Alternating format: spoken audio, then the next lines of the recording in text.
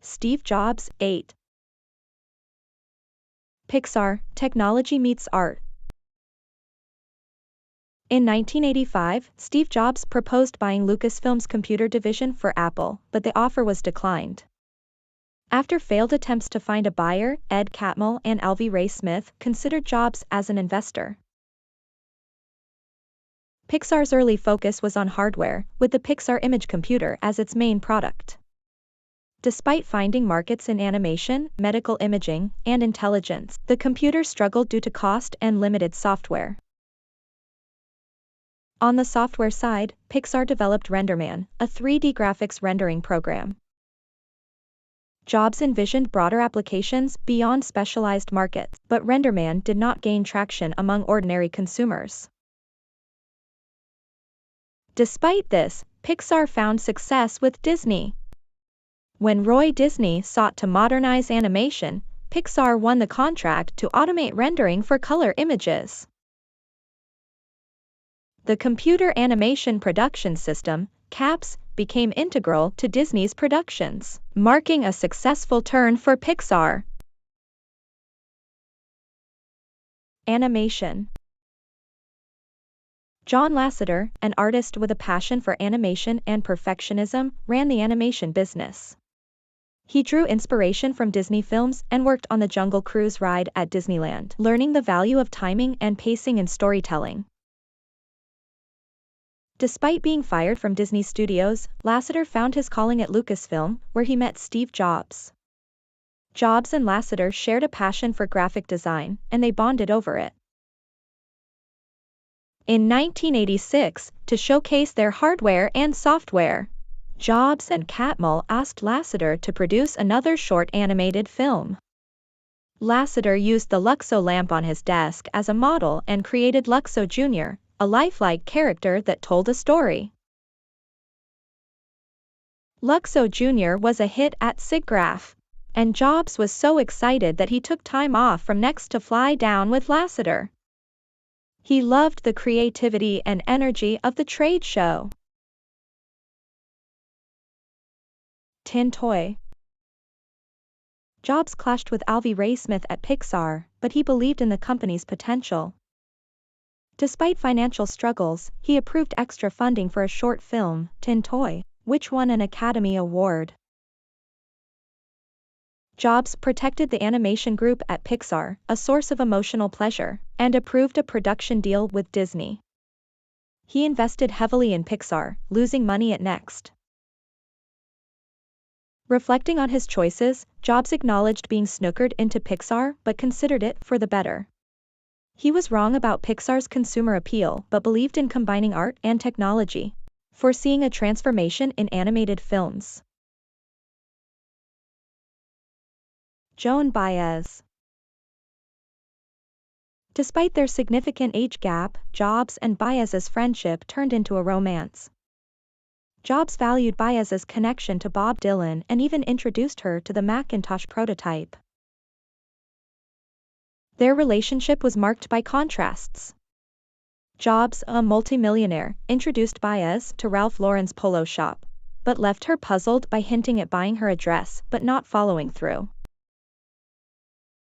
Despite Jobs's romantic gestures, Baez found him both romantic and afraid to be romantic.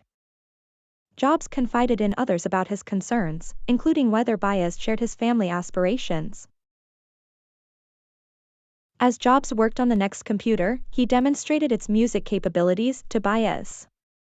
Baez was repelled by the idea of computers surpassing human music. Jobs eventually ended the romance after 3 years. Baez acknowledged Jobs for introducing her to a word processor but emphasized her preference for solitude in her memoir. Finding Joanne and Mona. Jobs learned that his biological mother, Joanne, had given him up for adoption. In the 1980s, he began a quest to find his birth mother. Despite refraining from telling his adoptive parents, Paul and Clara, about his search, Jobs eventually contacted Joanne. He was curious and grateful for not being aborted. Meeting Joanne led to the discovery of a full sister, Mona Simpson. Initially unaware of her brother's identity, Mona worked at the Paris Review in Manhattan. The siblings developed a close bond, sharing artistic intensity and observational skills. Despite occasional disagreements, they became an integral part of each other's lives. The Lost Father. Mona Simpson's search for her father, Abdelfattah Jandali, led to a meeting in Sacramento.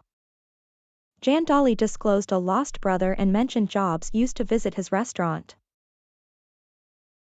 Mona informed Jobs, who acknowledged meeting Jandali but avoided establishing a connection due to concerns about potential issues. Despite online revelations, Jobs remained uninterested in meeting his biological father, and Mona turned the search into a novel. His relationship with Joanne remained emotionally complex, with her occasional tears and apologies for giving him up, countered by Jobs reassuring her about his positive childhood during their Christmas visits. Lisa. The siblings developed a close bond, sharing artistic intensity and observational skills. However, by age 8, the visits increased as Jobs transitioned to Next. Lisa's intelligence and artistic talents became evident, and Jobs occasionally brought her to the office. Jobs was amicable during visits, displaying care, such as accommodating Chrisanne's non-vegetarian preferences. Despite his unpredictable behavior, Jobs took Lisa on trips, fostering memorable and relaxed moments between them. However, their relationship fluctuated between affection and abandonment, contributing to a roller coaster dynamic.